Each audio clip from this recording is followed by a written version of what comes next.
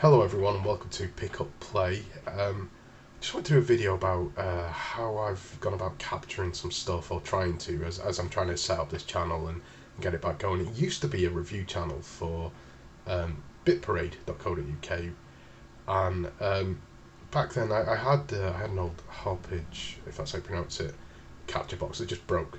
But also with the modern consoles, PS4 at the time, and obviously with PC as well, it's easy enough to capture footage. It was a bit of a problem for the Switch, but the Switch, we sort of stopped it just as the Switch was coming out, I think, so it was less of an issue. But we did the Vita TV, a bunch of stuff like that. So there was ways around it, but yeah, going through this channel though, I want to go. It's less about contemporary stuff and more about sort of obscure, maybe contemporary, but obscure stuff, interesting stuff, which means some older consoles. Now, the chief one of those for me is the Dreamcast, which I know there's plenty of people who cover the Dreamcast on YouTube. I'm just going to be one of many, I appreciate that. But I think it's an interesting console, and I've got ways of getting that onto a modern television. I've got a HDMI converter for the Dreamcast, I've also got a VGA box for the Dreamcast, so there's ways to do it. However, my new capture device, the Elgato HD60s, does not want to work with the Dreamcast, doesn't like it, and I think it's a resolution issue. It needs to be, I think, 720 by 480. The Dreamcast outputs at 576 by 480 or 640 by 480 or something like that, which it just won't read. And I'm sure I feel like it can, it just, because it recognises the resolution, but it just won't output it. I don't know, whatever. So what I bought was a Scart to HDMI adapter, which does not work with the Dreamcast. So I was ready to send that back, and then sort of thought I should test it out, because with the Dreamcast it was carrying audio over, and it may work with composite, which I need to try. But composite Dreamcast is not going to be the best way to capture it. It feels a bit of a shame. So I'm going to keep looking for a fairly cheap way to get around this, and I'm not sure if there is one, which is a bit of a pain. I don't want to resort to emulation, but maybe that's the way to go. But before I sent the Scart to HDMI adapter back to Amazon, I thought I would test it with a few other consoles. It seemed a waste if I ended up needing it and having to buy it again. So there's a couple of other consoles where I don't have, or maybe I do for one of them, but I wanted to just test out and see if it worked for them. A way to sort of capture from those, which is the PS2, which is what we're going to be looking at first, and the essentially the Gamecube, which is actually a Wii. Wii games obviously can go through the Wii U, so that's not a problem. But Gamecube games, I got rid of my Gamecube ages ago, and they play fine on the Wii, so that is how I'm going to go about this. And I think it's quite okay. I mean, we'll see the video in a minute, but the PS2 actually has, I've got an old HDMI adapter for the PS2, which I wanted to test to see how reliable that was, if it introduced loads of lag, if it looked okay, because it was like 20 quid on Amazon a few years ago, so it seems to be okay. But the Scart to HDMI I will put up now as a picture. A cheap sort of £10, £11 or something like that, and it does require a bit of USB power, which is a bit of a pain, but it seems to work okay with some issues. Like there was a bit of flickering here and there, the general sort of Scart issues, and like I said, it's a bit of an issue with the Dreamcast, so I need to find a better way of doing it. The Wii though worked pretty well with it. Like I assume it's just a better cable, more modern cable, and it worked a little better. Quite happy with that actually, and the games were still fairly playable. But anyway, so we're going to start off with the PS2 doing the Scart to HDMI adapter, which I think actually comes out okay. It's a little soft, obviously, and it's not the best game. I'm playing an SNK game, SNK versus Capcom Chaos, which I think is probably 240p, so it looks a bit soft, a bit smudged, but I maybe should have put in another game, but I will start to look at some other games at some point. But yeah, I think it works okay as a sort of cheap way around, but I do have the HDMI adapter for that. So, but that's where we're going to start.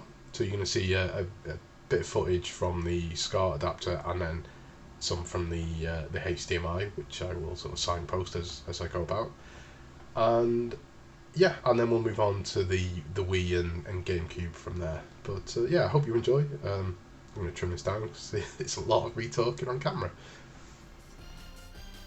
Okay, so as you can see, this is the PS2 via Scart to HDMI converter, which I've had to upscale these in Premiere Pro just to get them all to stay to the same resolution, because this one actually looked okay, but then subsequent ones were smaller ones that went through the HDMI, so that's something maybe to factor in. I don't remember it looking or being a smaller window on the monitor when I was playing it, so I think it is just the joys of Premiere Pro. I think it's fine when you're playing on a television. I think you could probably see though some of the scan lines and it is a bit blurred, but I think that's just in some ways how this game looked. I mean, I guess I could go and find out, but yeah, it runs alright. You start to see in this round of the fight, you do start to see some flickering. I wasn't messing with anything, it just started to sort of flicker and you get a few bars and stuff like that. It, as a way to play just to get it working, it's alright. As a way to capture, I guess it looks alright if you're just trying to prove a point, but if you're, or show and demonstrate something, I don't know that people are going to come to you as a YouTuber for this, you know, for something of this standard. But yeah, it works all right. I think it's certainly it's capable. It's a solution to a problem.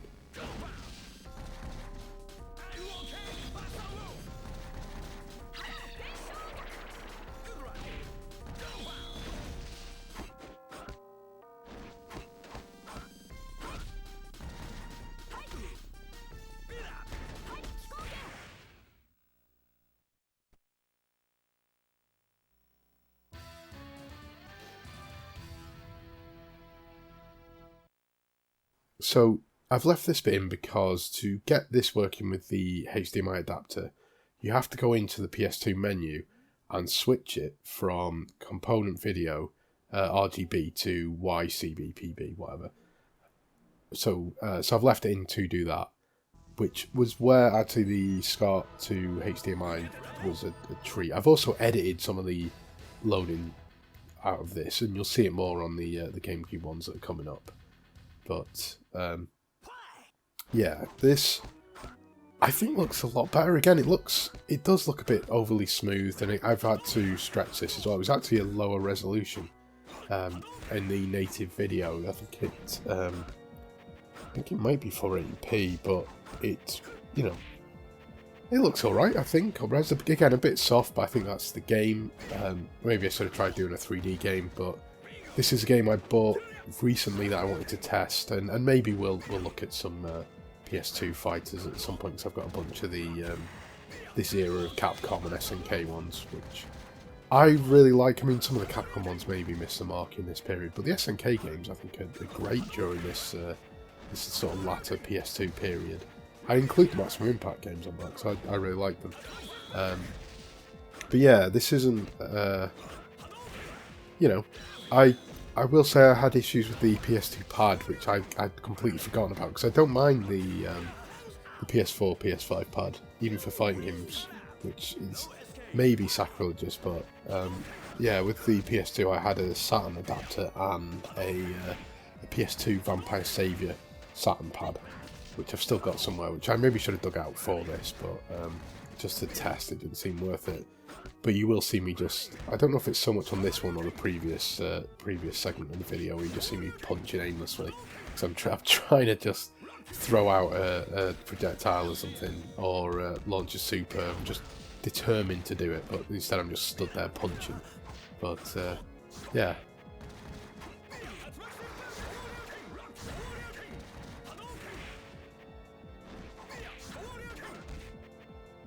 All in all, though, I think you'd say this looks all right. I think.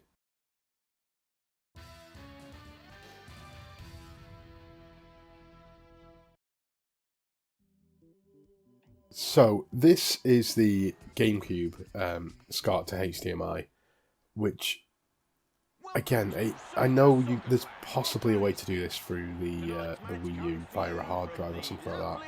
I don't know if the Wii U reads GameCube games if you go through the homebrew channel or something, but I don't really want to try it. I don't know if I'll be able to get the disc out if I mess around with it, but yeah, I mean, the GameCube had a bit of a soft look to it, and it's 3D sometimes. I think this looks okay. I mean, it's not amazing, but you know, it's not a. It doesn't look terrible. It doesn't look really grainy and you know, lacking in colour or something. I deliberately picked.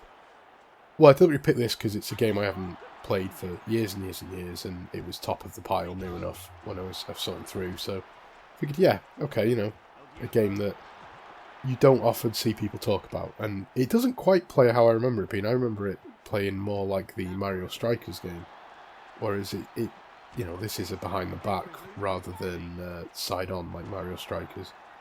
But it seems alright. What I did cut was the bit where I went into the menu and changed it to the lowest difficulty setting, and you can see I can pepper the goal, but I'm just really struggling to score.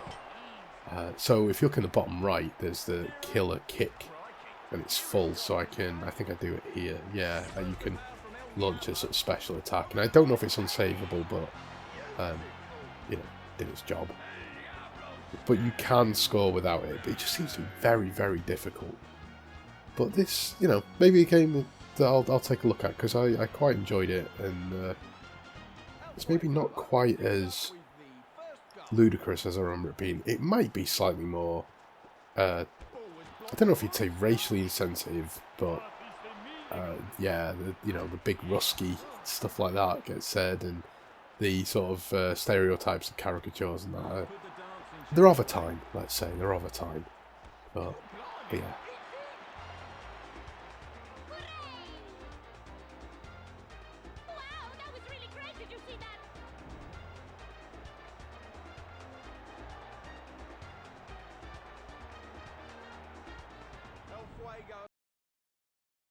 So, this section I've put in because it's, as you can see through the text at the bottom, I wanted to see what would happen if I ran an import game via the Wii Homebrew channel, which is what I'm on. And so it is a disc game. You can see a bit of flickering in that top left. It's a bit strange. It's hard to know if that's just the Wii or just something. But yeah, it worked all right. And then I wanted to leave this next section in as well, just to explain. This is one of my favourite ever GameCube games. I love this game. It's Naruto Gekitou Ninja Taisen 4. I think I've pronounced that okay. Fantastic 3D beat 'em up. Really, really good fun. But I made some cuts just to narrow some time down and stuff. But what you need to do here, you get to the start menu, eject the disc, and you'll get this text. And the reason you do this, you then put the disc back in, press start, it'll play. I don't know if you need to press start, but you put the disc back in, it'll read it and play. If you don't do that, you get an error message on this screen that freezes the game. You can't recover from it. So on the title screen, eject the disc. Now I make a cut here just to so I haven't played this in years, so from memory I think that text box was saying, do you want to do a challenge? And I've said no. I kind of want to do one-on-one. I don't know how, I can't remember anymore, but I used to love this game. I used to do battle mode, or like survival mode, just to try and get enough points to unlock characters and stuff like that. So this is a tag battle mode, and I've got some, I unlocked everyone, so I've got some late characters, late unlockable characters. But yeah, this is it's a great game, and I picked it because of the way it looks, with the sort of alpha effects around the characters and all that sort of stuff. I don't know what the resolution is. I have a feeling the internal resolution might be lower than that Sega Soccer Slam, just because it's doing more. Because it does look a bit soft at points and a bit blurry and pixelated at the same time, kind of thing. But in terms of getting the game across, you know, the picture, how smooth it is, stuff like that, this works alright, you know. It's going from the Scart to HDMI adapter, and yeah, it's perfectly playable. It looks pretty solid. You know, it's still a GameCube game, but the you know, you can see a few sort of rough edges in that where it's obviously upscaled, but it's pretty solid. And the Scart cable for the GameCube just looks generally to provide a better picture than the one for the PS2. And obviously it's outputting a higher resolution than PS2 would, but yeah, it just seems a more stable picture as well, which I'm quite pleased about. So this might not be the worst way of playing some GameCube games. We'll see. I'm trying to get another upscaler that might be a bit better, but yeah, as a way to do it, this seems like it might not be too bad. I'll probably just leave this playing now for a second or two as a way to just sort of let it fade out, I guess. But yeah, the final thoughts. I need to find a way to get the Dreamcast working. There's a couple of things I might try, but this as a way to play PS2 games, as a way to play GameCube games, is not the worst way. The PS2, I think I'll go with that HDMI adapter that I've got, obviously, but yeah, which might work for PS1 games as well, you'd hope. But this is a way to play GameCube games, seems to be not a bad way. So yeah, thanks for watching. I hope you enjoyed it. It's not a guide as such. I just like being an interesting video. But yeah, I hope if you found it useful, fantastic.